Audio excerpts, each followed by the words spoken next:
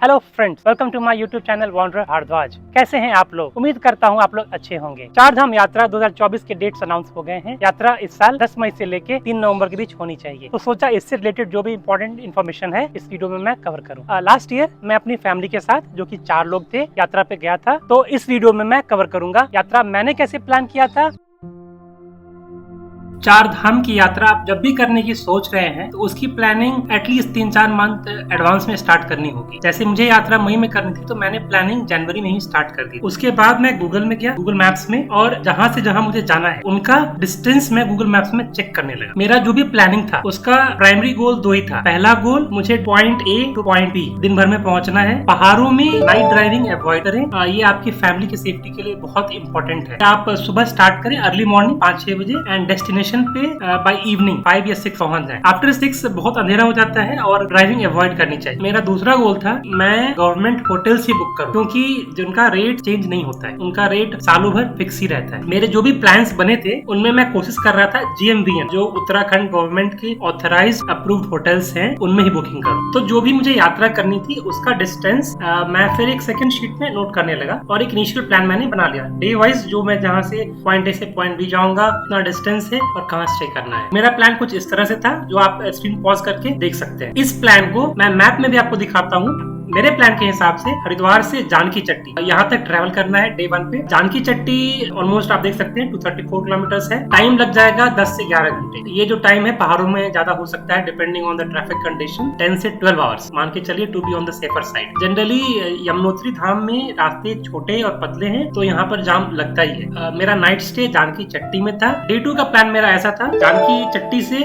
यमुनोत्री धाम जाना है, वापस आना है और उसी दिन जानकी चट्टी से उत्तरकाशी के GMVN रिसोर्ट में पहुंच जाना था। जानकी चट्टी से यमुनोत्री धाम 5 किलोमीटर पड़ता है। एक पैदल मार्ग है जिसे आप ट्रैकिंग कर कंप्लीट कर सकते हैं। अगर आप बॉडी को रेस्ट देना चाहते हैं तो जानकी चट्टी या फिर बरकोट में एक दिन का स्टे ले सकते हैं, जिससे आप आगे की यात्रा के लिए खुद को रिवाइव कर सके। जानकी चट्टी से यमुनोत्री धाम की यात्रा हमने सुबह 4:30 बजे स्टार्ट किया था। जाने में करीब 2.5 घंटे का समय लगा था, आने में फिर 2 घंटे का समय लगा था और आधे घंटे हमने वहाँ स्पेंड किया था। तो कुल मिलाकर 5 घंटे का मार्जिन हुआ था। 12 बजे वापस जानकी चट्टी आ गए थे और उसी दिन हम लोग उत्तरकाशी पहुंच गए थे। उत्तरकाशी जाने में हमें करीब 6 घंटे का समय लगा था और शाम 6 बजे हम लोग उत्तरकाशी के रिसोर्ट में पहुंच गए थे। थर्ड डे के प्लान में सुबह अर्ली मॉर्निंग हमने स्टार्ट किया था जर्नी अराउंड 7 o'clock और गंगोत्री धाम गए थे। वहां पर दर्शन किया था जिसमें करीब 3 घंटे का समय लगा था। उसी दिन गंगोत्री धाम से मनेरी एक जगह है जो उत्तरकाशी से 25 किलोमीटर आगे पड़ता है करीब। मनेरी में हमारा स्टे था। डे 3 में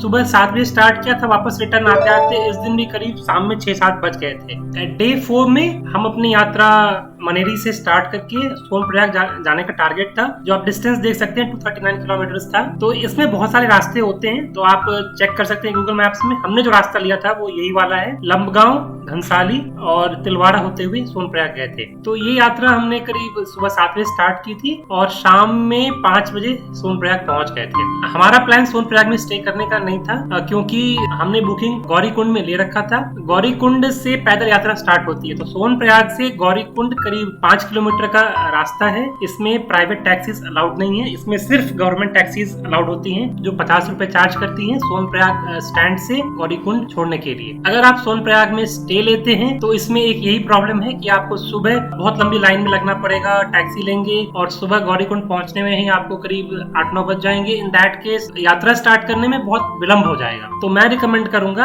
आप सोनप्रयाग से गौरीकुंड तक पहुंचने की कोशिश करें डे 4 में। डे 5 में हम लोग गौरीकुंड से केदारनाथ धाम के लिए पैदल मार्ग से गए थे। तो ये डिस्टेंस आप बोर्ड पे 16 किलोमीटर देखेंगे, बट एक्चुअल में ये डिस्टेंस 21 किलोमीटर है। गौरीकुंड से हमने अपनी यात्रा 10:30 बजे सुबह स्टार्ट की थी और केदारनाथ धाम पहुंचते पहुंचते रात के 11 बज गए थे। डे 5 का हमारा स्टे केदारनाथ बेस कैंप्स में था। डे 6 में हमने बाबा का दर्शन किया था। सुबह 5-5:30 में लाइन में लग गए थे तो अर्ली मॉर्निंग मैंने दर्शन किया था।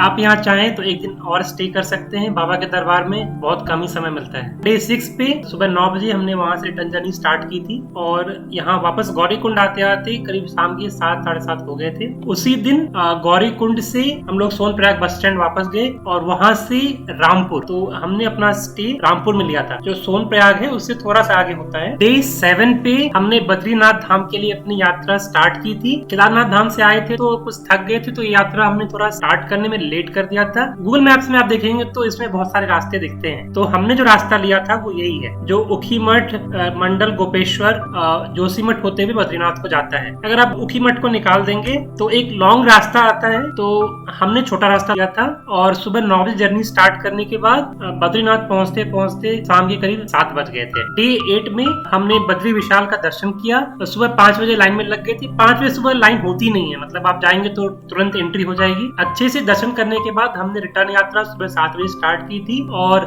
हरिद्वार आते आते शाम के करीब 6:30-7 बज गए थे, तो यहाँ भी करीब 12 घंटे लग गए थे। ये हमारा प्लान 8 दिन का था, बट आप चाहें तो एक दिन का स्टे इधर भी कहीं ले सकते हैं, जैसे पीपल कोटी है, जोशीमठ है, कर्णप्रयाग है। बद्रीनाथ धाम से लेकर हरिद्वार के रास्ते पंच प्रयाग आते हैं, जिनको मैं अभी मैप में दिखाता हूँ। तो आप देख सकते हैं ये पंच प्रयाग है, विष्णु प्रयाग, नंद प्रयाग, कर्ण प्रयाग, रुद्र प्रयाग और देव प्रयाग। तो अगर आप रिटर्न यात्रा अच्छे से प्लान करेंगे तो आप लौटते हुए ये पंच प्रयाग भी देख सकते हैं। मैं एक इंडिकेटिव आपको दिखा दे रहा हूँ। जैसे आप बद्रीनाथ से निकलते हैं तो पीपल कोटी में आप स्टे कर सकते हैं, जिसमें विष्णु प्रयाग देखते हुए वापस आए, और पीपल कोटी से हरिद्वार के बीच में बाकी 4 प्रयाग आते हैं। ये यात्रा आप चाहें तो 8 दिन में कंप्लीट कर सकते हैं, जैसे मैंने किया था। बट अगर आप बॉडी को रेस्ट देना चाहते हैं और एक यात्रा अच्छे से एंजॉय करना चाहते हैं तो 1-2 दिन का एक्स्ट्रा समय लेकर चले।